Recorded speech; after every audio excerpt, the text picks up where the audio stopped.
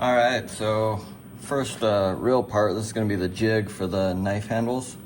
I don't know if it's going to work. I've never built a jig like this. I was just going to cut soft jaws, but I figured I can probably mill out a couple pockets and then bolt it from the underside. So we're going to try that. It'll be a good little trial run, changing tools. I added all my tools to Path Pilot, and I just touched off and got all my zeros set. So hopefully it all goes well.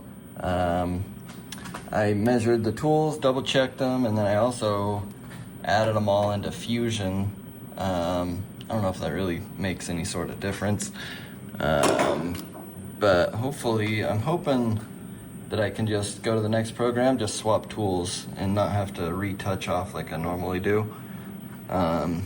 Just trying to get the most out of CNC machine. So I've got step 1 loaded up, and it's just facing. It's going to do 2 passes, about 65 thou and then 35 thou, and that'll bring it down a total of 100 thou. So I'm going to turn my feed rate all the way down to like 4%. We'll leave the RPMs at 100, and I'll turn the max velocity all the way down and hit cycle start. I have coolant turned off, so I don't feel like dealing with the mess. Let's go ahead and turn the velocity up. It's just referencing. And then cycle start again. So this is cool.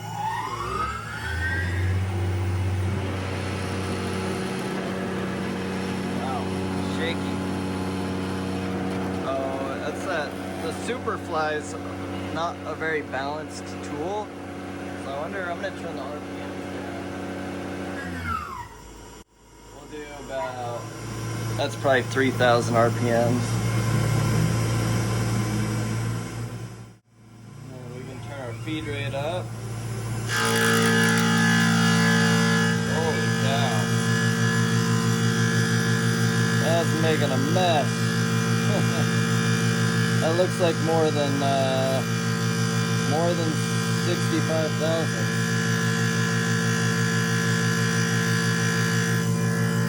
Man, those are some hot chips. Grab a paper towel to stoke that. Shooting all the way across the dang garage. So I have my feed turned down to 34%. So that's like maybe 18 inches per minute. And this time the chips are going to be coming this way.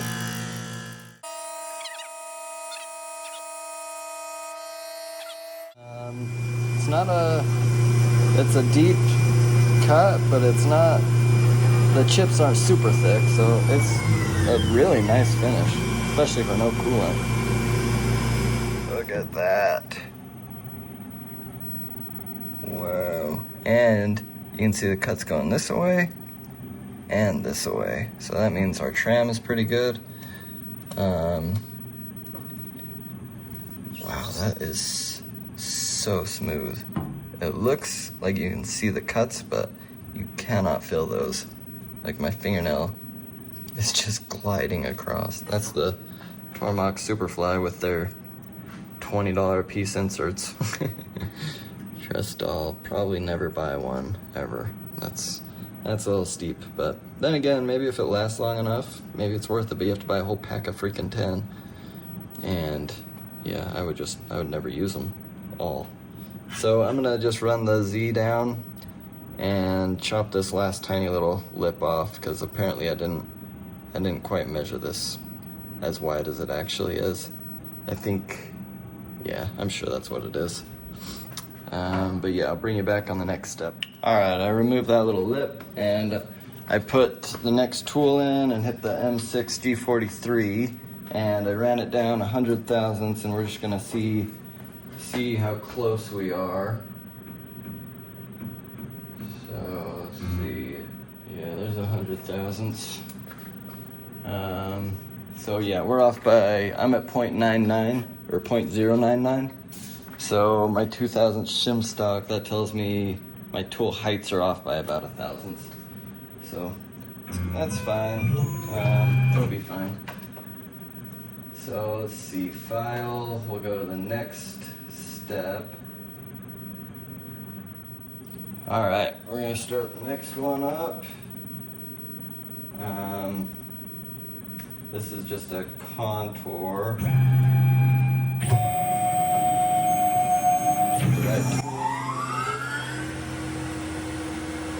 it down just while it comes down.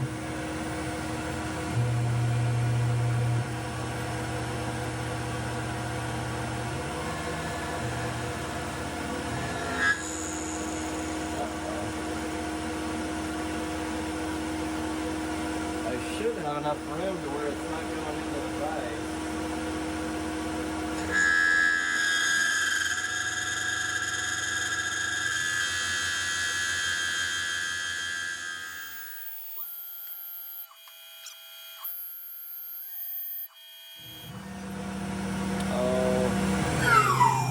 Just barely rubbing on the vise.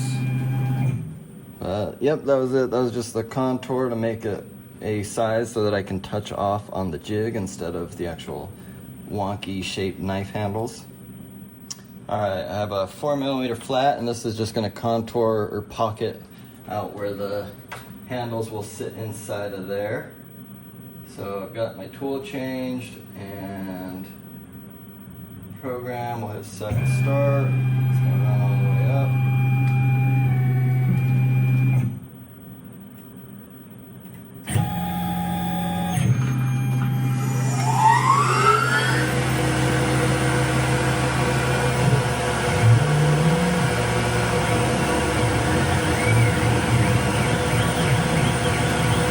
Set my top height wrong. It's feeding from the original stock dimension, but that's fine. Yeah, so it thinks it's in the stock, so that's kind of a waste of time, but that's what it is. Just gonna use my air blower a little bit.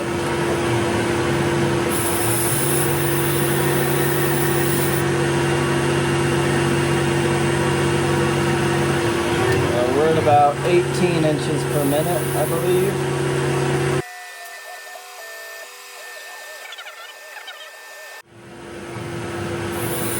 So a 2-flute end mill would be better for this, but I only have 4, so that's what we're using.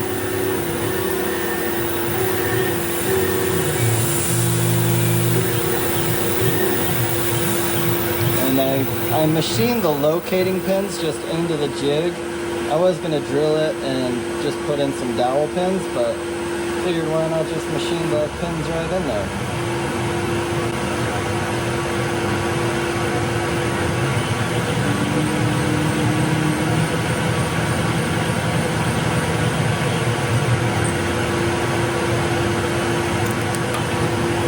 Alright, I'm going to stick you on time lapse.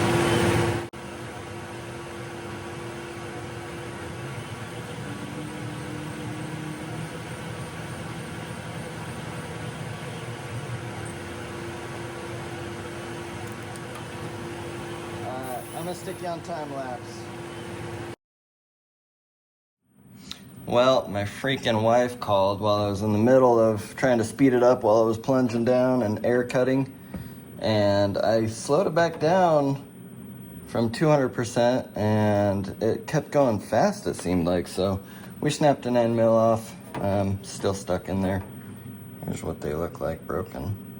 So yeah, that's awesome. I'm sure I can save the part, because it doesn't really matter if there's a gouge or whatever in it, but I do have to, well, I guess this will be a good time to learn how to start the code from a certain spot, because I don't really want to run through that whole thing again. Ideally, I would just edit the code and tell it to feed from the top of the actual surface instead of the stock, but that would take longer, and I'm not going to make another one of these jigs ever, because it's a jig. So yeah, we're just gonna, I only have one more 4mm end mill left, so I'm gonna swap this out and we'll try to start it in the middle of the program. Hopefully that goes well. Alright, I entered in the new tool height, and I just want to double check that it did what I think it should have done. So if it did, this should be about negative 100 thousandths. And yep, 98 or 098. So that's nice, that was pretty easy. So what I did over here on the computer is I just scrolled up a little bit until I found just a simple line. And I'm hoping that I can just, well, on Mach 4 there's a start from here. I don't see anything like that here.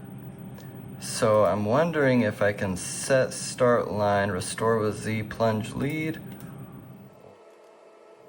So set start, restore with Z, plunge lead in, restore with linear lead in. No preparation. There's not really any code up here. Maybe I can just bring it back to X 1.2875 or get it close. Let's go like right there maybe. Oh no, that's a Z negative. I don't want to start on a Z negative.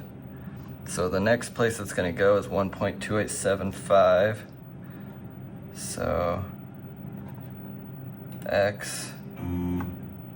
Oh man. Oh no, I hit X0. Shit. I meant to click the button on this. Well shoot, now I have to touch off.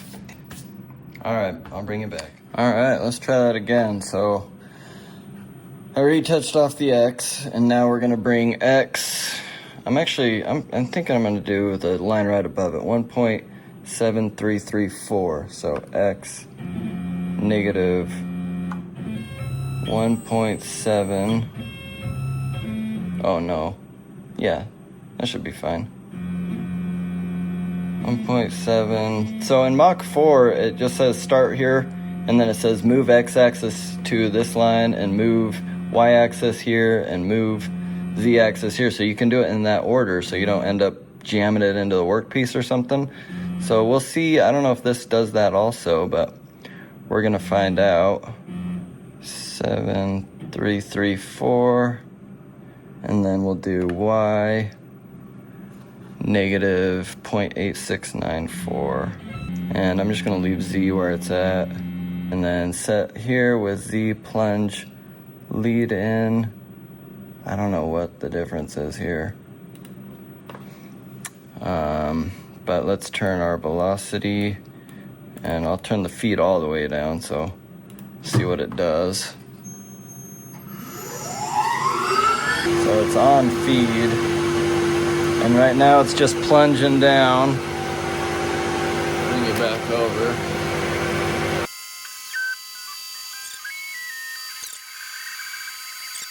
See what it does. Looks like it's cutting about where it's supposed to be. That's good. It doesn't look like it removed any material at all, so that means I got everything back where it needed to be when I had to touch off again. This is where it broke, so I'm gonna slow it down even more. Apparently it didn't like 25 inches per minute. This is gonna take forever because this is plunge.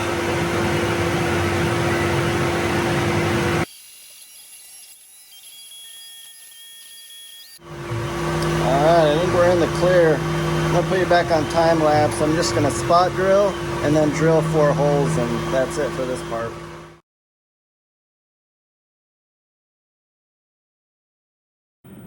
Alright, maybe we will watch this since Fusion changed their drilling programming. So they don't have like just the normal, used to just be peck or drill all at once kind of a thing. They got like 50 options now. So let's see what it does. I tried to figure out how to do just like a peck drill cycle type of thing.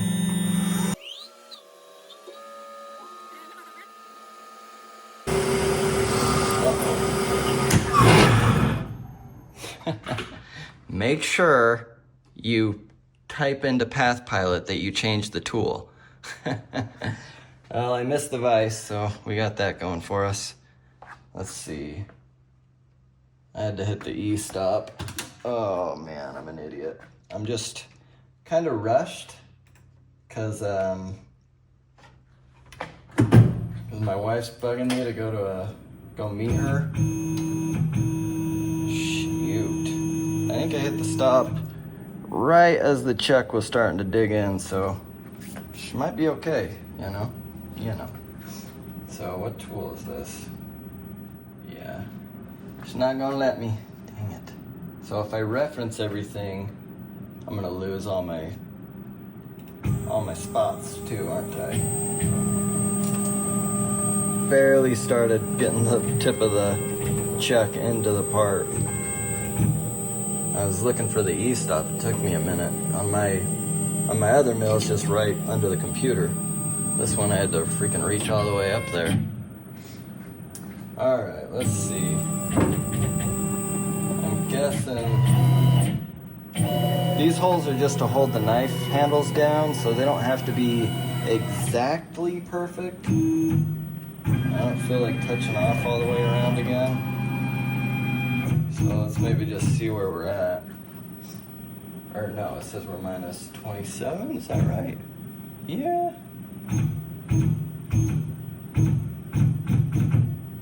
So touching is, yeah, 100 thou. Alright, I'm just gonna run it from here and we'll see what it does. If it messes up, I'll know where the E-stop is this time. Oh man, that was stupid.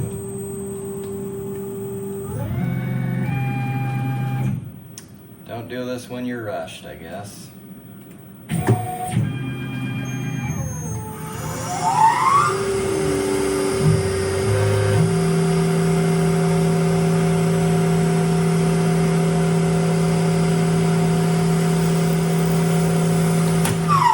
Why is it still not stopping?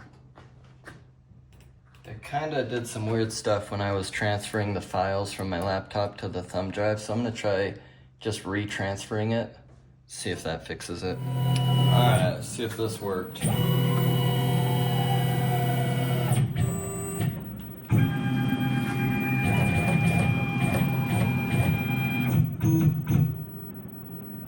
Yep, Z0, okay. So right now our dimensions and our accuracy is completely reliant on those limit stop switches, so we could be off by a few thousandths, but those limit switches are pretty accurate. Accurate enough, because these are just clearance holes for a bolt to go through. They're not actually aligning anything, so it should be fine. Let's see if it freaking runs correctly this time, though. I don't know what was going on.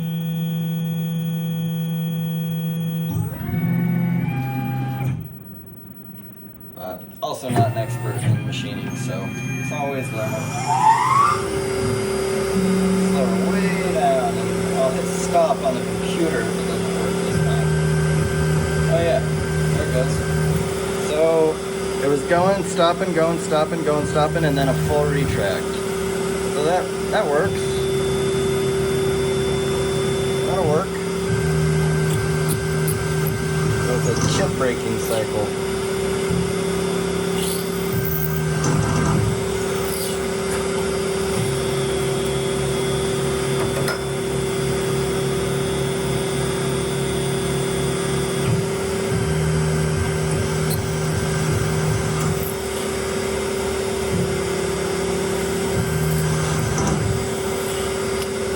Very good when it breaks through.